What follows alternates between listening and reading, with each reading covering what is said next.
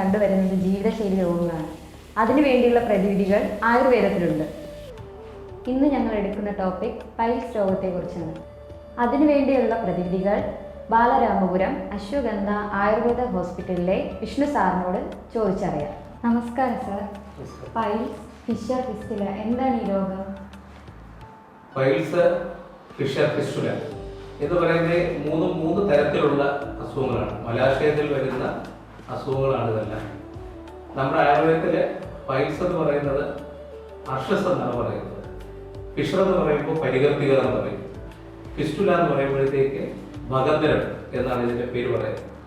മലാശയത്തിലുള്ള രക്തക്കുഴലുകൾ വികസിച്ചിട്ട് മലദ്വാരം വഴി തള്ളി പുറത്തേക്ക് വരുന്നതിന് നമ്മൾ പൈൽസ് എന്ന് പറയും.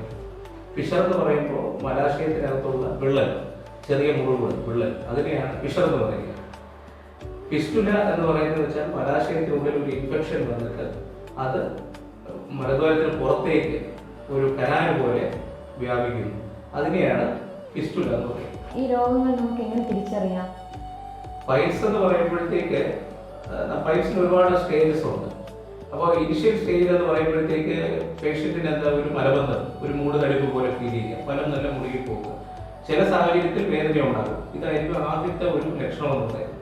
രണ്ടാമത്തെ ഒരു ലക്ഷണം എന്ന് പറയുമ്പോഴത്തേക്ക് മലം പോകുന്ന സമയത്ത് ഒരു തടിപ്പ് തള്ളി പുറത്തേക്ക് വരിക, മലം പോയതിനു ശേഷം തന്നെ തിരിച്ച് അകത്ത് കയറുന്ന ഒരു സാഹചര്യം.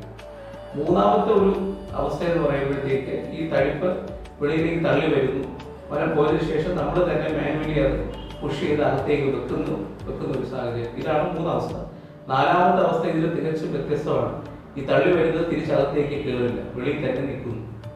ഇതാണ് വരുന്നത്. പൈൽസിന് ഇതിനോടൊപ്പം തന്നെ ആ മലം മുഴുകി പോയിട്ട് രക്തക്കുഴലുകൾ പൊട്ടി ബ്ലീഡിങ്, തുള്ളിയായിട്ട് മലം പോയതിനു ശേഷം തുള്ളിയായിട്ട് രക്തം പോകുന്ന ഒരു അവസ്ഥ. ഇങ്ങനെയാണ് നമ്മൾ പൈൽസിനെ നമ്മൾ തിരിച്ചറിയുന്നത്. പിന്നെ ഇത് ഉള്ളിൽ നമ്മൾ പരിശോധിച്ചതിന് ശേഷമാണ് എത്ര പൈൽസ് ഉണ്ടെന്നും ഇത് ഏത് ഡിഗ്രിയിലാണ് ഇരിക്കുന്നത് തിരിച്ചറിയുന്നത്. നേരെ മറിച്ച് ഫിഷറിലേക്ക് വരുമ്പോൾ മലദ്വാരത്തിനകത്തുള്ള വിള്ളൽ, മലം പോകുമ്പോൾ മലത്തിലൂടെ വരഞ്ഞ് രക്തം പോകുന്ന ഒരു സാഹചര്യം, അസഹനീയമായ പുകച്ചിൽ, മലം പോകുന്ന സമയത്ത് മലം പോയതിനു ശേഷവും ഭയങ്കരമായിട്ടുള്ള പുകച്ചിൽ അനുഭവപ്പെടും. ഇങ്ങനെയാണ് ഫിഷറിന്റെ ലക്ഷണങ്ങളൊക്കെ വരുന്നത്. നേരെ മറിച്ച് ഫിസ്റ്റുലയിലേക്ക് വരുമ്പോഴത്തേക്ക്, ഫിസ്റ്റുല എന്ന് പറയുമ്പോൾ ഈ മലദ്വാരത്തിനകത്ത് ചില ഗ്രന്ഥികളുണ്ട്. അകത്തെ ഫ്രിക്ഷൻ കുറയ്ക്കാനൊക്കെ ഉള്ള ഒരു ഗ്രന്ഥിയാണ്. അപ്പൊ ആ ഗ്രന്ഥിയിൽ ഒരു ഇൻഫെക്ഷൻ വന്നിട്ട് അത് മലദ്വാരത്തിന്റെ വെളിയിലേക്ക് ഒരു തുരങ്കം പോലെ മലദ്വാരത്തിന്റെ വെളിയിലേക്ക് ആ ഇൻഫെക്ഷൻ വരുന്നു. ഇതിനെയാണ് നമ്മൾ ഫിസ്റ്റുല നേരത്തെ പറഞ്ഞത്. അപ്പോൾ ഈ പറയുന്ന ഫിസ്റ്റുല ആ വെളിയിൽ വരുന്ന ഒരു ഓപ്പണിംഗ്, ഒരു മെക്യൂര് പോലെ വെളിയിൽ കാണും. അതിലൂടെ പഴുപ്പോ ചരമോ അല്ലെങ്കിൽ ചിലപ്പോൾ മലം തന്നെ അതിലൂടെ പുറത്തേക്ക് വരും. അസഹനീയമായ വേദനയായിരിക്കും. ചിലപ്പോൾ ചില പേഷ്യൻസ് ഒക്കെ നമ്മൾ നടന്നു പോകുമ്പോഴാണെങ്കിൽ അവരുടെ ഡ്രസ്സിലൊക്കെ ഇച്ചിരി ബ്ലഡ് അല്ലെങ്കിൽ പഴുപ്പൊക്കെ പെട്ടിയിരിക്കും. അതൊക്കെ ഫിസ്റ്റുല ഉള്ളവർക്കാണ് അത് അങ്ങനെ വരുന്നത്. അതിന്റെ പുറം ഓപ്പണിംഗ്, എക്സ്റ്റേണൽ ഓപ്പണിംഗ് ഉണ്ട്, അതിൽ കൂടെ പൊട്ടി പോരുന്നതാണ്. ഈ രോഗത്തിന് എപ്പോഴാണ് ഡോക്ടറെ കാണേണ്ടത്? മിക്ക രോഗികളിലും മലബന്ധമാണ് ആദ്യ ഒരു പ്രശ്നം. ഈ പൈൽസ്, ഫിഷർ, ഫിസ്റ്റുല എന്നീ പറയുന്ന രോഗങ്ങൾ ഇതിന്റെ മൂലകാരണം മലബന്ധം തന്നെയാണ്. പക്ഷെ മലബന്ധത്തിനും ഒരു കാരണമുണ്ട്. അവരുടെ ജീവിതശൈലി, അവരുടെ ആഹാര രീതികളുടെ വ്യത്യാസം, അതുകൊണ്ടാണ് ഈ മലബന്ധം ഉണ്ടാകുന്നത്. നാരടങ്ങിയ ഭക്ഷണങ്ങൾ കുറവ് വരിക, വെള്ളം കൂടി കുറവ് വരിക, ഇതൊരു കാരണം കൊണ്ടാണ് ഈ മലബന്ധം ഉണ്ടാകുന്നത്. ആ മലബന്ധത്തിന്റെ ഇതുകൊണ്ടാണ് ഈ പറയുന്ന മൂന്ന് രോഗങ്ങളിലും അസുഖങ്ങൾ വരുന്നത്. ഇത് എപ്പോഴാണ് ഒരു ഡോക്ടറെ കാണേണ്ടതെന്ന് വിചാരിച്ചാൽ, മലം കറുത്തു പോവുക, മലം നല്ല മുടുകി കറുത്തു പോവുക, രക്തം തുള്ളിയായിട്ട് പോവുക, അസഹനീയമായ പുകച്ചിൽ ഉണ്ടാവുക, ഇങ്ങനെ വരുന്ന സാഹചര്യത്തിൽ തീർച്ചയായിട്ടും ഒരു ഡോക്ടറെ കണ്ട് അത് ഉള്ളു പരിശോധിച്ച് നോക്കി ഉറപ്പുവരുത്തുക. ഇത് പൈൽസ് ആണോ, ഫിഷറാണോ, ഫിസ്റ്റുലയാണോ എന്നുള്ളത് ഉറപ്പുവരുത്തുക. ചില മലാശയ ക്യാൻസറിലും പൈൽസിന്റെ അതേ ലക്ഷണങ്ങൾ കാണിക്കും.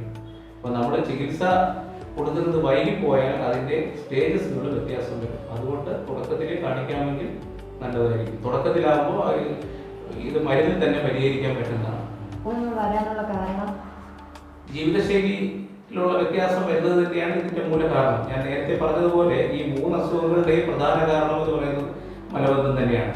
പക്ഷെ മലബന്ധം വരാനുള്ള ചില കാരണങ്ങളുണ്ട്. അത് ഈ പറയുന്ന ആഹാര രീതി, അവർ ഒരുപാട് എരിവും പൊടിയും കഴിക്കുന്ന ആൾക്കാരായിരിക്കാം, ചിലപ്പോൾ മദ്യപാനിയായിട്ടുള്ള ആൾക്കാരായിരിക്കാം, ഒരുപാട് ഇരുന്ന് അല്ലെങ്കിൽ നിന്ന് ജോലി ചെയ്യുന്ന ആൾക്കാരായിരിക്കാം, അല്ലെങ്കിൽ ഒരുപാട് സ്ട്രെയിൻ ഫിസിക്കലി അവരുടെ ജോലിപരമായിട്ട് ഒരുപാട് സ്ട്രെയിൻ ചെയ്യുന്ന ആളുകളായിരിക്കാം, ചിലവർ മോഷൻ പാസ് ചെയ്യുമ്പോൾ ഭയങ്കര സ്ട്രെയിൻ ചെയ്തിട്ട് പോകുന്ന ആൾക്കാരായിരിക്കാം. അങ്ങനെയൊക്കെ വരാം. ഇതൊക്കെ ഈ പൈൽസ് എന്ന് പറയുമ്പോഴും മലദ്വാരത്തിന് അവിടെയുള്ള രക്തക്കൊഴലുകൾ അത് വികസിച്ചിട്ട് വെളിയിലേക്ക് തള്ളി വരുന്നതാണ് ഈ പറയുന്ന പൈൽസ് എന്ന് പറയുന്നത്. അപ്പോൾ ഇത്രയും സ്ട്രെയിൻ ചെയ്യുക, ഒരുപാട് ഈ നാരടങ്ങിയ ഭക്ഷണങ്ങളെല്ലാം കുറച്ച്, വെള്ളം കൂടിയൊക്കെ കുറച്ച് അവരുടെ ജീവിതശൈലി തന്നെ വ്യത്യാസപ്പെട്ട് കഴിഞ്ഞാൽ തീർച്ചയായിട്ടും പൈൽസ് പിന്നെയും റിക്കറൻസ് ആയിട്ട് വരാനും സാധ്യതയുണ്ട്. ഇതിന്റെ ചികിത്സാ രീതികൾ എന്തൊക്കെയാണ്?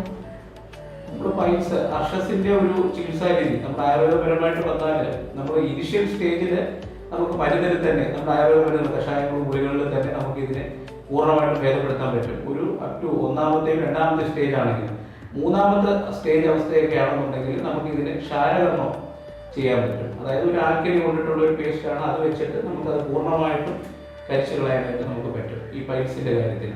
പിന്നെ ഫിഷറിന്റെ കാര്യത്തിൽ ഇതുപോലെ തന്നെ തുടക്കത്തിൽ മരുന്ന് തന്നെയാണ് നമ്മൾ അതിന് കൊടുക്കുന്നത്. മരുന്നിന് തീർച്ചയായിട്ടും അതിനെ ഭേദപ്പെടുത്താൻ പറ്റും. പിന്നെ ക്രോണിക് ആയിട്ടുള്ള ഫിഷർ കണ്ടീഷനിലാണെന്നുണ്ടെങ്കിൽ നമുക്ക് ഫിഷറക്ടമി പോലെയുള്ള കാര്യങ്ങൾ നമുക്ക് ചെയ്ത് സുഖപ്പെടുത്താൻ പറ്റും. പിന്നെ ഈ ഫിസ്റ്റുലയിലോട്ട് വരുമ്പോഴത്തേക്ക് ഈ ഒരു മലദ്വാരത്തിന് ഉള്ളിൽ നിന്ന് വെളിയിലേക്ക് ഒരു തുരക്കം പോലെ ഒരു പാത വരുന്നു. അതിലൂടെയാണ് ഈ പഴുപ്പും ചെലവും മരവും ഒക്കെ പുറത്തേക്ക് വരുന്നത്. അപ്പോൾ ഇത് ഈ ഒരു പാത തന്നെയാണോ, അതിന് ബ്രാഞ്ചസ് ഉണ്ടോ എന്നുള്ളത് ആദ്യം അറിയണം. അപ്പോൾ അതിന് നമ്മൾ ഫിസ്റ്റുലോഗ്രാം എന്നുള്ള ഒരു ഇത് ചെയ്യണം, സ്കാൻ ചെയ്ത് പരിശോധിക്കുക. അതിൽ ഒറ്റ പാത തന്നെയാണോ, ബ്രാഞ്ചസ് വല്ലതും ഉണ്ടോ എന്നുള്ളത് ഉറപ്പുവരുത്തുക. അതിനുശേഷം ക്ഷാരസൂത്രം എന്നുള്ളത്, അതായത് എല്ലാവരും നാടൻ ഭാഷയിൽ ഇപ്പോൾ കെട്ടിടുക എന്ന് പറയും, ആൽക്കലി കൊണ്ടിട്ടുള്ള ഒരു ത്രെഡ് അത് ഇതിനകത്തൂടെ കടത്തി, ഒരു പ്രോബ് എന്ന് പറയുന്ന ഇൻസ്ട്രുമെന്റ് സഹായത്താൽ ഈ ക്ഷാരസൂത്രം ഇതിനകത്തൂടെ കടത്തി നമ്മൾ കെട്ടിവെക്കും. ടൈറ്റ് ചെയ്ത് കെട്ടിവെച്ച് ആഴ്ച തോറും നമ്മൾ ത്രെഡ് ചേഞ്ച് ചെയ്യും. അങ്ങനെ അത് കട്ടായി ബാക്കിൽ നിന്ന് ഹീലായി വരും. കംപ്ലീറ്റ് ആയിട്ട് അത് നമുക്ക് മാറ്റാൻ പറ്റും. ഇത് പൂർണ്ണമായും ഭേദമാക്കാൻ കഴിയുന്ന ഒരു രോഗമാണോ? ഈ 3 രോഗാവസ്ഥയും പൂർണ്ണമായിട്ടും ഭേദമാകുന്നത് തന്നെയാണ്.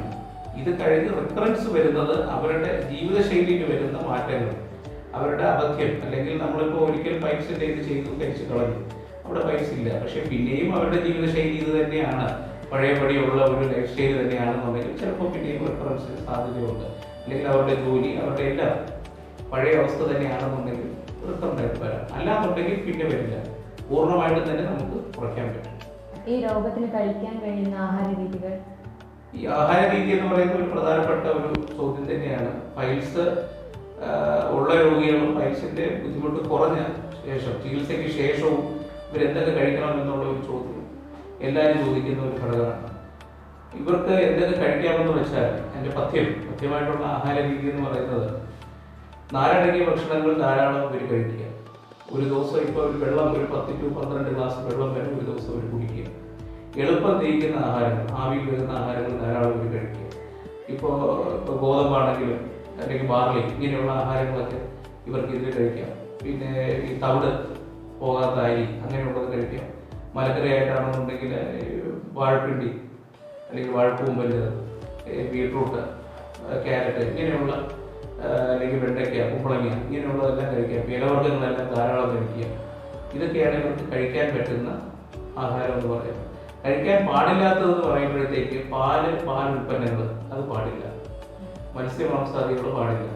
പിന്നെ ഈ പെപ്സി, കോള പോലെയുള്ള കാർബണേറ്റഡ് ഡ്രിങ്ക്സ് അത് തീർത്തും അവോയ്ഡ് ചെയ്യണം. ഇങ്ങനെയുള്ള സാഹചര്യങ്ങൾ, പിന്നെ ഒരുപാട് കുത്തിയിരിക്കുന്നത് അല്ലെങ്കിൽ ഒരുപാട് സ്ട്രെയിൻ ചെയ്യുന്ന കാര്യങ്ങൾ അതെല്ലാം ഒഴിവാക്കുക. ഉഴുന്നുപരിപ്പ് അല്ലെങ്കിൽ സാമ്പാർ, ഇങ്ങനെയുള്ള കാര്യങ്ങളൊക്കെ ഒന്ന് ഒഴിവാക്കുക. ഇത് മാത്രം മതി. ഈ കാലപ്പഴക്കം വന്ന പൈൽസിന് ആയുർവേദത്തിൽ ചികിത്സയുണ്ടോ? അതിന്റെ എന്തൊക്കെയാണ് രീതികൾ? കാലപ്പഴക്കം ചെന്ന പൈൽസിനാണെങ്കിലും ചികിത്സാ രീതികളുണ്ട്. പൂർണ്ണമായിട്ട് ഭേദമാക്കാൻ പറ്റും. അത് നേരത്തെ ഞാൻ മുന്നേ പറഞ്ഞതുപോലെ പൈൽസിന് 3-4 അവസ്ഥകളുണ്ട്.